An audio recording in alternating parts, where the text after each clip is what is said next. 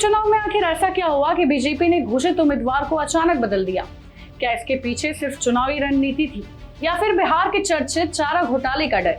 और क्या प्रशांत किशोर के संभावित हमले से बचने के लिए बीजेपी ने आखिरी वक्त में बड़ा फैसला लिया? आइए समझते हैं पूरी घटनाक्रम। नमस्कार, बिहार न्यूज़ देख रहे हैं आप और मैं हूं श्रुति चौबे आपके साथ। बिहार की हाई प्रोफाइल बांकीपुर विधानसभा सीट इस समय पूरे राज्य की राजनीति का केंद्र बनी हुई है। एक तरफ जनसुराज के प्रमुख प्रशांत किशोर लगातार जनसंपर्क अभियान चलाकर चुनावी माहौल बनाने में जुटे हुए हैं, तो दूसरी तरफ बीजेपी के उम्मीदवार बदलने के फैसले से सियासी हलचलों में नई बहस छिड़ गई है। बीजेपी ने पहले अभिषेक बंटी को उम्मीदवार बनाया था, लेकिन उन्होंने अचानक पार्टी कार्यालय में एक संक्षिप्त प्रेस कॉन्फ्रेंस कर चुनाव नहीं लड़ने की घोषणा कर दी। इसके कुछ ही मिनटों बाद पार्टी ने नीरज कुमार सिन्हा को नया उम्मीदवार घोषित कर दिया। इतनी तेजी से हुए इस बदलाव ने कई सवाल खड़े कर दिए हैं। मीडिया रिपोर्ट्स के अनुसार बीजेपी के भीतर ये आशंका थी कि अभिषेक बंटी के परिवार का नाम बिहार के चर्चित टेंडर घोटाले से जुड़ा रहा है और चुनाव प्रचार के दौरान जनसुराज इस मुद्दे को प्रमुखता से उठा सकता है।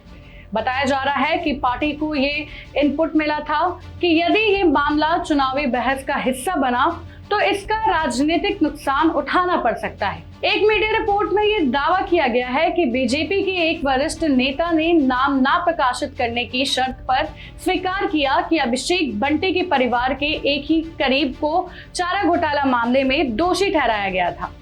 इसी वजह से पार्टी ने संभावित विवाद से बचने के लिए उम्मीदवार बदलने का फैसला किया। इस बीच प्रशांत किशोर पहले ही मीडिया में ये कह चुके थे कि बीजेपी खुद ये स्वीकार कर रही है कि वो भ्रष्ट लोगों को टिकट देती है। ऐसे में माना जा रहा है कि पार्टी किसी भी ऐसे मुद्दे से बचना चाहती है जिसे विपक्ष चुनावी हथियार बना सके। जानकारी के मुताबिक चारा घोटाले से जुड़े मामलों में अभिषेक बंटी के पिता रविंद्र प्रसाद और उनकी मां चंचला सिन्हा का नाम भी सामने आया था। सूत्रों के अनुसार जब ये जानकारी बीजेपी की केंद्रीय नेतृत्व तक पहुंची, तब आनन फानन में उम्मीदवार बदलने का फैसला लिया गया। घटनाक्रम भी काफी नाटकीय रहा है।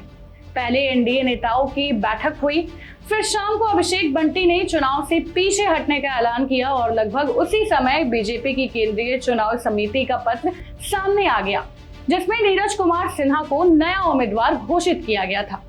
प्रेस कॉन्फ्रेंस में अभिषेक बंटी ने पार्टी नेतृत्व का धन्यवाद किया, खुद को समर्पित कार्यकर्ता बताया और बिना किसी राजनीतिक बयानबाजी के वहां से चले गए। राजनीतिक विश्लेषकों का मानना है कि पूरी रणनीति पहले से तैयार थी ताकि उम्मीदवार बदलने के बावजूद संगठन और कार्यकर्ताओं में भ्रम की स्थिति ना बने।